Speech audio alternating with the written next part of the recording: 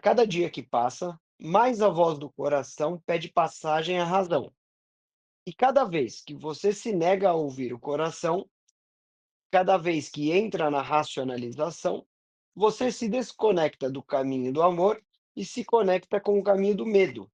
E por mais que o caminho do coração, aos olhos da terceira dimensão, pareça ser mais desafiador, ele é o único que o levará à verdadeira felicidade. E essa mensagem é do site Despertando. Se a gente lê essa mensagem de forma desatenta, pode parecer que os dois caminhos que existem é o do coração e o da razão. Mas não é isso. Os caminhos são o do coração e o do medo. A razão é um instrumento que vai nos conectar em um ou em outro. Por isso que eu gosto tanto da expressão fé raciocinada, porque a fé sem raciocínio é cega ou fanatismo. No nosso dia a dia, sempre a gente é demandado a tomar decisões, né?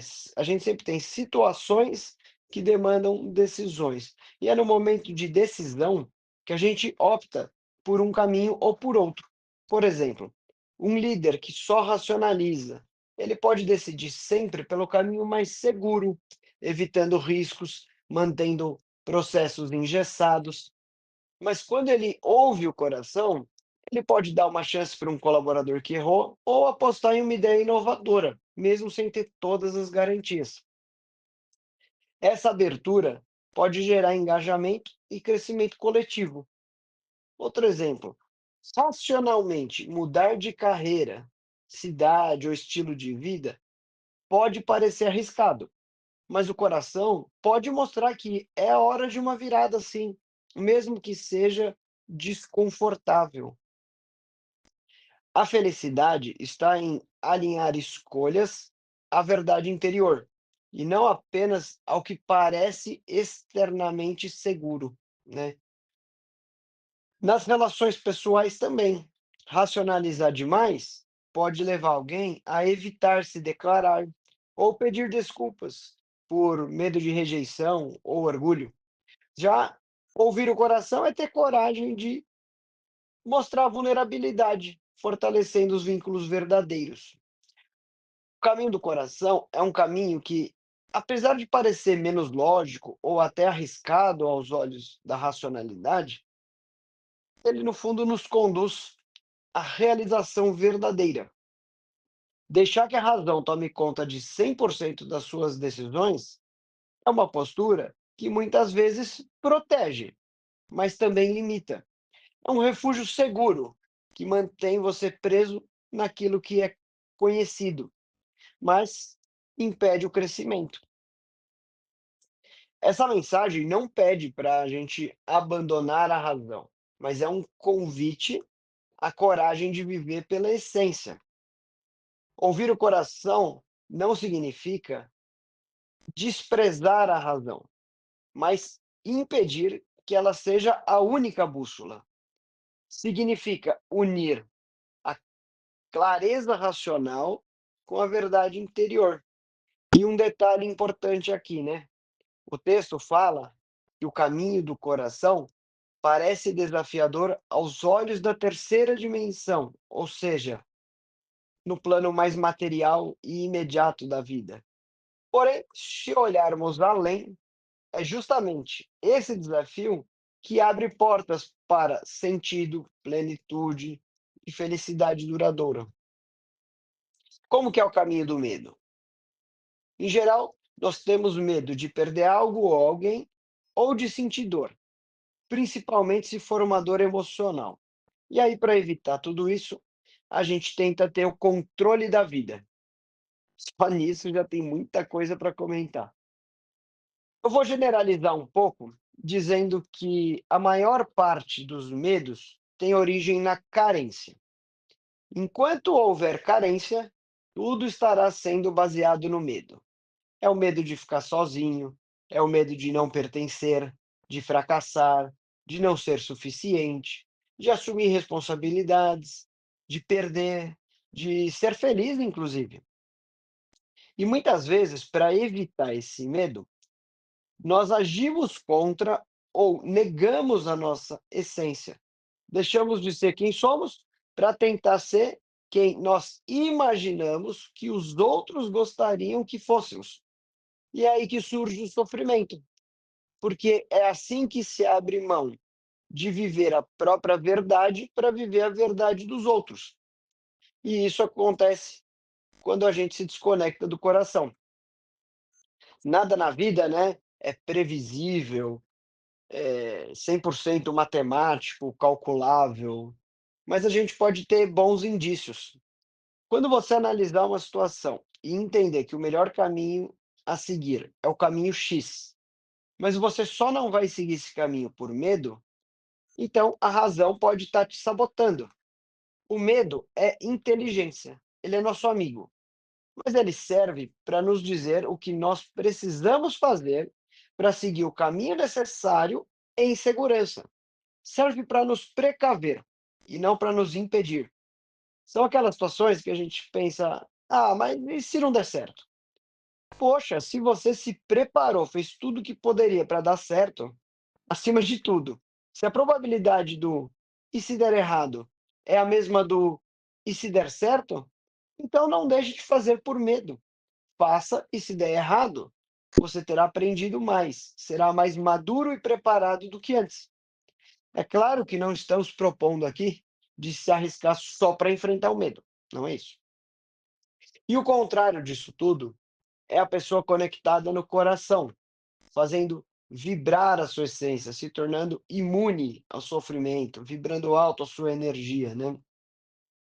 Ao invés de se esforçar para pertencer, a pessoa vai se tornar agregadora, atraente, porque ela estará doando ao universo sua melhor energia. E como diria o grande magnetismo, é dando que se recebe. Onde que a gente vê muito essa situação de negar a própria essência pelos outros? Pessoas que têm, por exemplo, um talento específico, mas preferem escolher uma profissão diferente por achar que é mais importante, ou mais respeitada, ou que proporciona mais status. Tudo isso é focar nos outros e negar a própria essência, que, por sua vez, impede a pessoa de ser a sua melhor versão para o mundo e, consequentemente, impede ela de receber o que o mundo tem de melhor. Através dos nossos medos manifestados pela racionalização, sufocamos a nossa intuição. A intuição nos conecta com a nossa alma. E é isso que nos mantém alinhados com o caminho do amor. A racionalização, muitas vezes, ela manifesta o medo quando a gente quer satisfazer a necessidade de controle. Então, a gente está sempre olhando para o futuro, né? A gente está olhando para o futuro e raciocinando sobre tudo o que pode acontecer. Eu vivo com medo do que pode acontecer no futuro. E aí surge em mim a necessidade de controlar para que não aconteça. Mas eu estou vivendo com base numa hipótese, que é o futuro.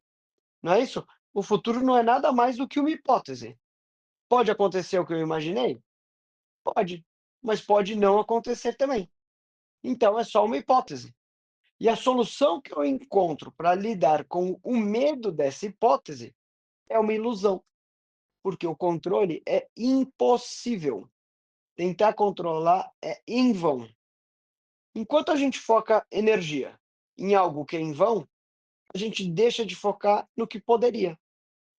A gente sufoca a nossa intuição, que é o que nos conecta com a nossa alma, e essa sim é capaz de nos guiar, de mostrar a verdade, que é o caminho do amor. Então, quando a nossa mente nos conduz ao medo, significa que ela está a serviço do ego. Quando ela nos conduzir ao amor, significa que estará a serviço do coração. Tem um texto que eu creio que traduz bem esse conceito para diferenciar a intuição da negligência. É um texto muito conhecido pelos cristãos que diz: olhe os passarinhos do campo. Quem os alimenta? É muito interessante esse texto porque se você tem um gato, um cachorro, um aquário, se você não alimentar os seus bichinhos de estimação, eles morrem. No entanto, existem passarinhos por aí soltos na natureza que não têm um dono específico. É Deus que os alimenta. E eles precisam sim procurar alimento, mas eles procuram o alimento de hoje sem se preocupar com o de amanhã, confiantes de que vão conseguir. Depende de um esforço deles, sim, não podem negligenciar, portanto, né, ficando ali parado, esperando que o alimento venha até eles, mas eles não vivem baseados no medo. Talvez eles saibam que a parte deles está no esforço da busca e que a existência do alimento em si, Deus proverá. Para aqueles que não têm fé, tem um vídeo interessante do Flávio Augusto, que eu já deixei o link no nosso Telegram, e ele faz uma comparação de uma pessoa que trabalha como empregado CLT e um empreendedor. E ele usa exatamente a metáfora de um passarinho, sendo que o CLT é um passarinho preso numa gaiola que recebe o seu potinho de alpiste todo dia. O empreendedor é um pássaro livre que pode voar à vontade e tem liberdade de encontrar uma montanha de alpiste, mas não vai ter o potinho garantido todo dia. Ou seja, ser empreendedor não é negligenciar, mas precisa ter coragem em enfrentar os medos. Outro ponto importante é que pode ser que você pense que está seguindo o caminho do coração, mas na verdade acabou caindo em alguma armadilha do ego. Quando nós falamos aqui do caminho do coração, é de um coração maduro e não de atender os desejos e vontades emocionais infantis, que muitas vezes aparecem, né? É difícil saber diferenciar isso, mas nós precisamos. Precisamos diferenciar o desejo de um coração maduro de um desejo infantil emocional. Essa que é a dificuldade do autoconhecimento, né? Cada dia mais profundo, cada dia uma nova camada, mas sempre uma recompensa edificante. E como que eu posso diferenciar então o caminho do coração de um desejo emocional infantil? Basta você pensar no resultado desse desejo. Em geral, um desejo infantil, ele é motivado pelo conforto, pelo prazer, e ele não te tira de onde você está para alcançar algo melhor. É o obeso que pensa: meu coração pede mais pizza, mais hambúrguer, mais televisão, mais sedentarismo, menos atividade física, menos médicos, menos psicólogos, menos conselhos. Mas nada disso coloca ele em uma posição melhor para ele. O mesmo vale para o fumante, para o alcoólatra, para o ególatra e por aí vai. Nesses casos todos, não é o caminho do coração, é só vontade de prazer, conforto e estagnação. Já o coração maduro não faz só o que gosta, ele faz o que é preciso para crescer. Ele não fica na zona de conforto, não evita o trabalho, o esforço, a dedicação, as mudanças e enfrenta, inclusive, se for necessário, os obstáculos trazidos pela razão. Então, se você é experiente e já tem certa maturidade, confie na intuição. Faça com o tempo uma sintonia fina da sua interação com ela. Se você ainda não é, se você não é muito experiente, muito maduro, busque o autoconhecimento, busque o discernimento entre as suas vontades e carências e a sua intuição. Se necessário, faça terapia para se compreender melhor. O equilíbrio é unir razão como ferramenta e o coração como guia. E a segunda mensagem da semana que nós vamos comentar foi: quanto mais real vocês pensarem que o dinheiro é, tanto mais arduamente trabalharão por ele. Se vocês perceberem que o dinheiro não é real, enriquecerão mais rápido. Então, o que é? O que é a moeda se não é real? O que nós concordamos que seja, do livro Pai Rico, Pai Pobre. O dinheiro não é real no sentido de que ele não possui valor intrínseco, ele não possui valor por si só. Uma nota de R$ 100, por exemplo, é só um pedaço de papel pintado com um número.